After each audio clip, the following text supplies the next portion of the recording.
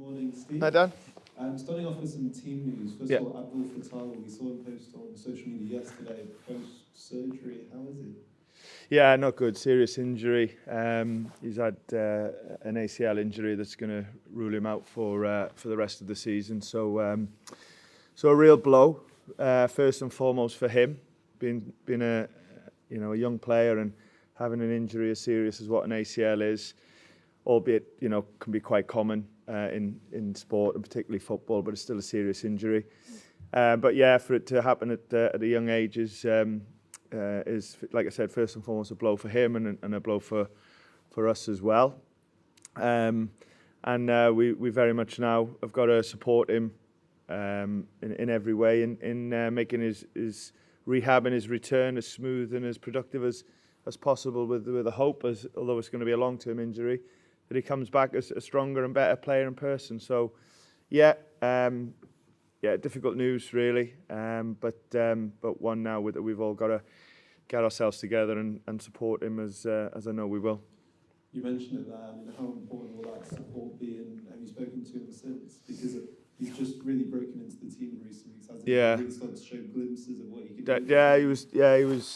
He's obviously a big talent and a young player with as exciting as he can be. Was as every player his age, lots to learn, and there is so much to be excited about with him, and we were enjoying really very much being on the journey of this step into Premier League. And you're right, he was starting to show real good signs of the potential that he has. But it's only a pause, and we'll make sure that, like I said, as difficult as this is at the moment for him, is that he comes back being a stronger player and person, which with the mentality and the character that he has, I think will be the case. For sure. Looking at some other players as well, how's Jordan Ayew? And are you expecting Patson Dak and Jamie Vardy to be back for the weekend? Well, Patson's back training, so he's available. Jamie has been back training with the group, but slightly sort of modified. So we'll see where he is regards to the weekend. And Jordan has come back injured as well from international duty. It's not a serious injury, as I think it might have been reported locally in Ghana, and the hope is that he may be available for the weekend, but a little bit inconclusive at the moment on that one. With Facundo out as well through suspension, and you've mentioned some of those injuries as well, Steve, are you going to potentially look at a reshape of formation, or how do you fill the gaps of those attacking positions? Well, we'll see. I mean, listen, we're disappointed for particularly the Abdul situation for him, but we can't dwell on these things. It does happen, and I don't want any negativity, so it won't be any from me. I don't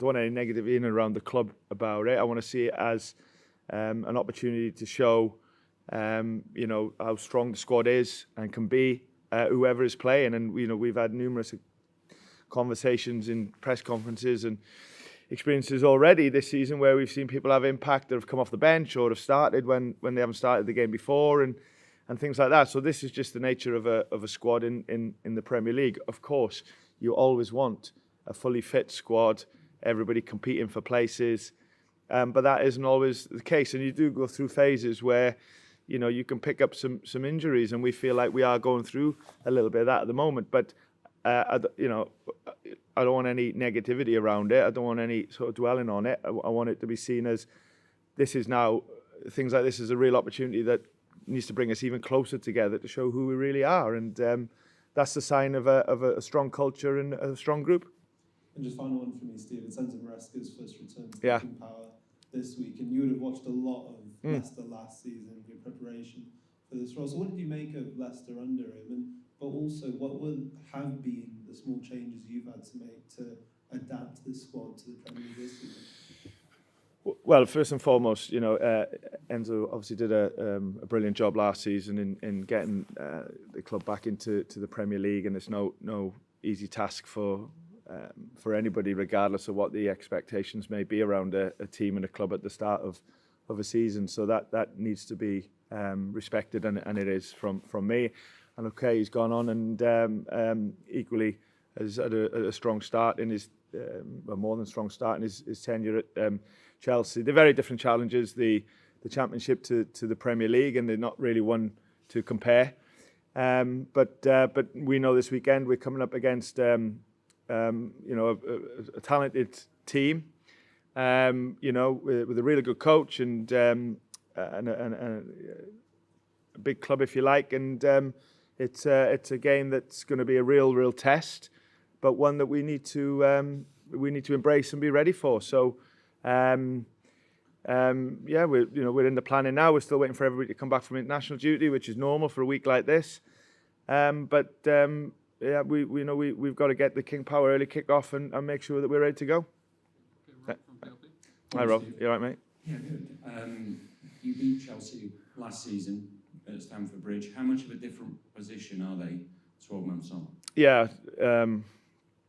a lot. I think it's. I think you see not just that game, but early on last season, some new players that have come and just by being at a club or in the Premier League for a period of time, you just become yourself, and at the level that you are, that comes with time. We see it in so many, like I said, so many different new players that come to the Premier League, or young players that come to the Premier League, not just at Chelsea, here and every other club.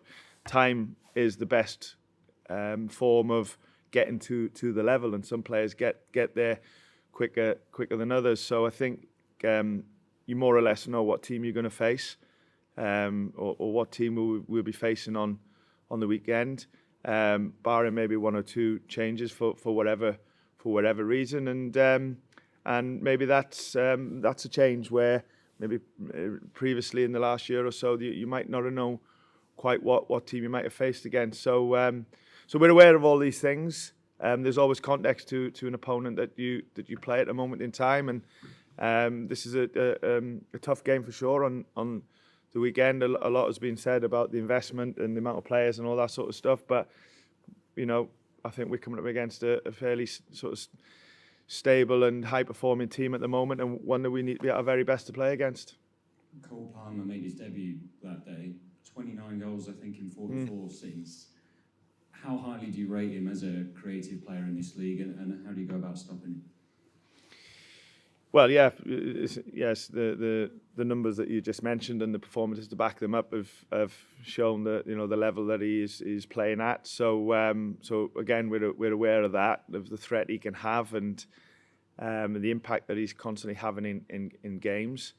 But that's the Premier League. You come up against these teams and these talents week in, week out, really, and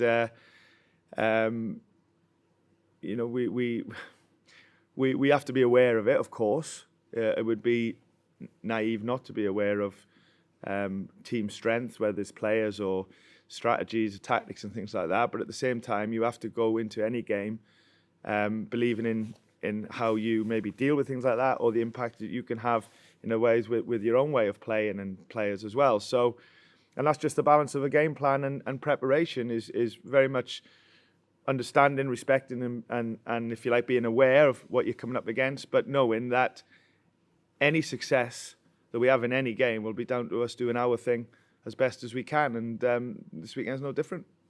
Kiernan Dewsbury Hall may well make his first return to King Power, which I guess will be emotional for him, for his family, obviously locally based. You had maybe a handful of days working with him before he left. Were you kind of aware of that situation that was going to happen? No, he went just before we came back in. I did meet him once or twice here, I think when he was packing up really and getting his boots and stuff like that, and we did have a nice conversation, but it was the first time we'd ever met really.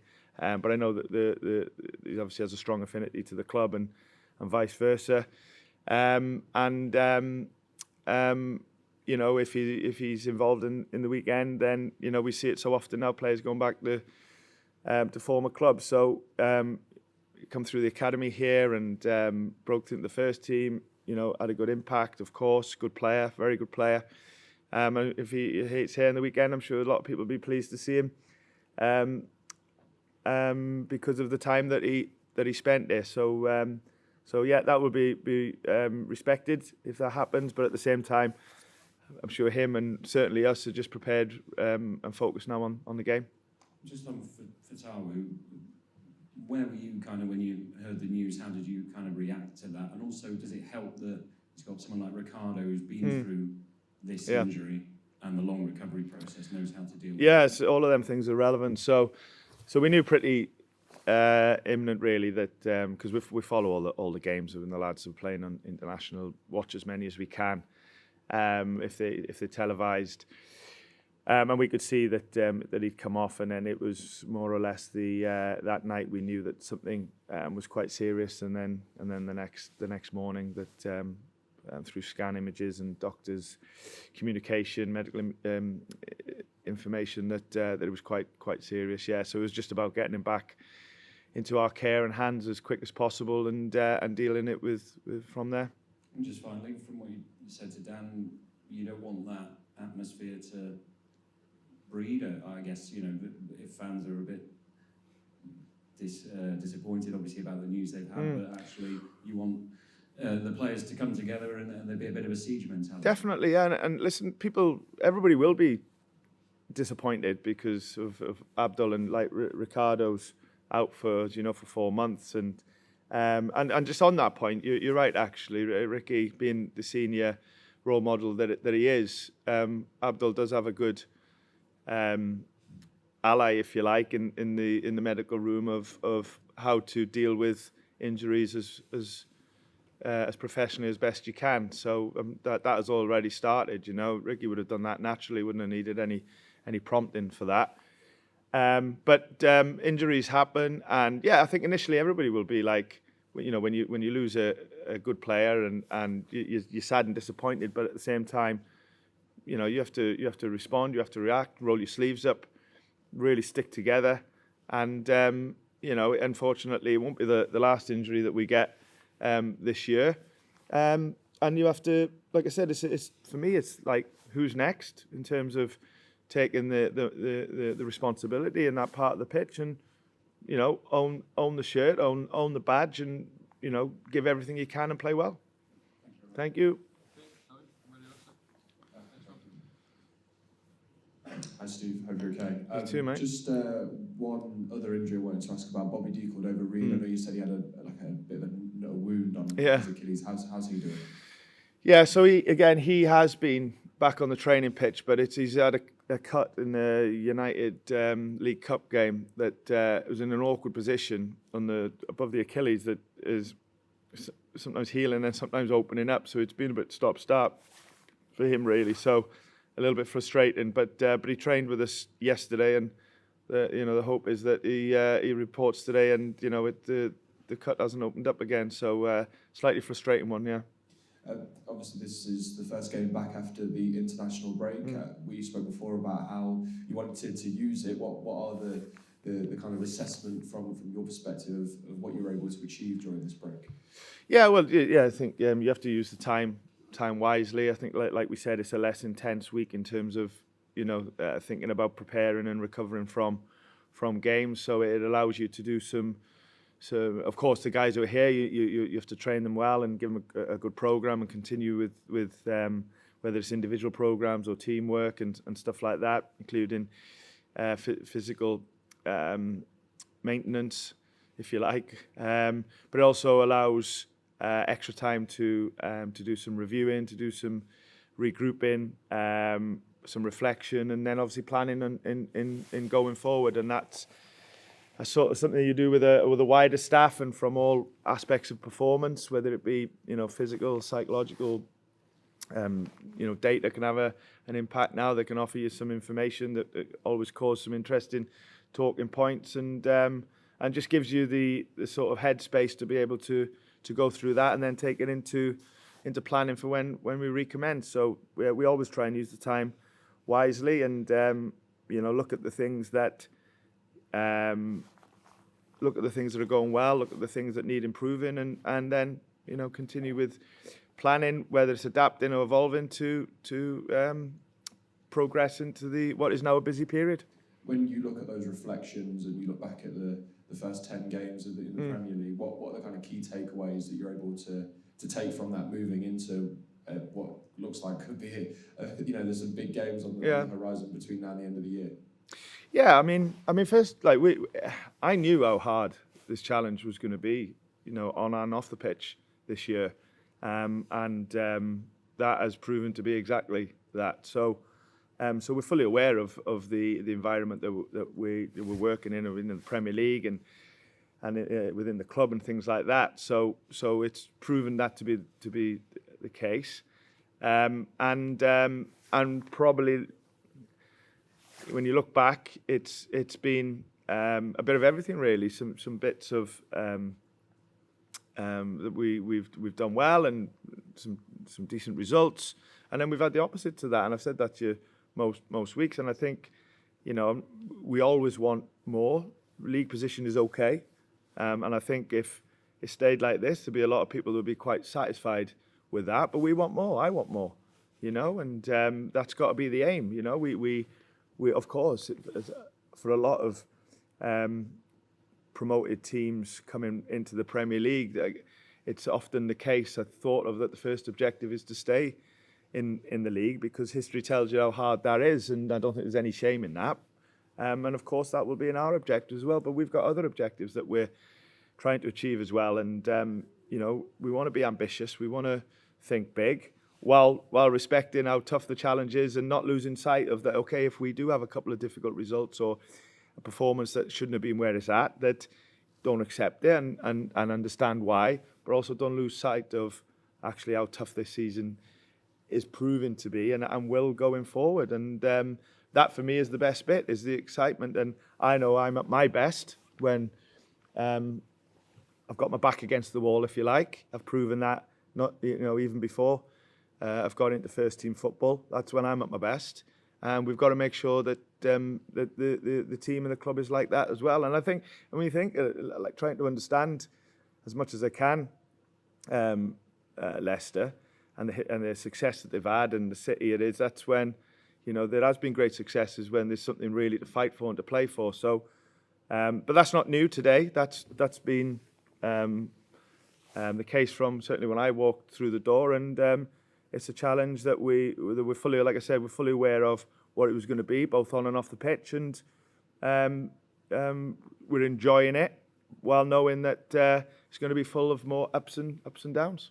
On Chelsea this weekend, how is the best way tactically to deal with the way that they play? They have a very distinct style that we saw from Enzo last season. So I wonder how you. Some changes, definitely the way that is best to deal with that. Yeah, there's definitely a lot of similarities in terms of seeing the team last year here to this year, but there's some obvious differences as well. So we're aware of that. The best way to deal with it, Owen, is to be the best version we can be, of what I'm demanding of the players day in, day out. That's always the best way to deal with any opponent, any game. So that's where first and foremost will be. But we know we're coming up against a team and a coach with a clear identity that does look a little bit different to here, and that's normal because of the Championship of the Premier League Challenge. But yeah, we're aware of that. But like I said, focus has got to be on us doing our thing with and without the ball to get the momentum, success that we want in the game.